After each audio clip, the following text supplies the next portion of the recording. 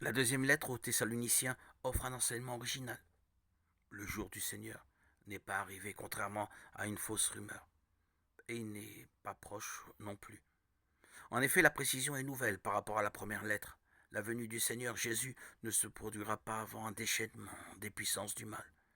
Un étrange personnage, la méchanceté, portera à son comble la révolte contre Dieu et s'opposera au Christ. 2 1 12.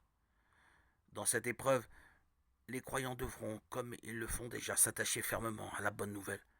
Par ailleurs, la perspective de la fin des temps, proche ou lointaine, ne doit pas les détourner de leurs responsabilités.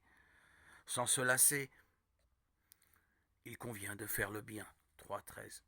La formule celui qui ne veut pas travailler, qui ne mange pas non plus, 3.10, est souvent citée. Elle invite à ne pas confondre la foi en Dieu et la fuite devant les réalités de la vie. Le passage sur la puissance secrète de la méchanceté n'est pas facile à comprendre. Ne cherchons pas à savoir qui est visé concrètement par cet être qui va à sa perte et veut prendre la place de Dieu. 2.3.7. Selon le langage des écrits apocalyptiques de l'époque, souvent inspiré par le prophète Daniel, ce nom désigne l'ennemi absolu, celui qui s'oppose au Christ.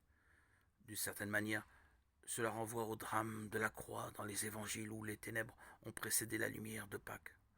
Pour nous, c'est un appel à être vigilants et à prier Dieu notre Père. Délivre-nous du mal. Matthieu 6, 13.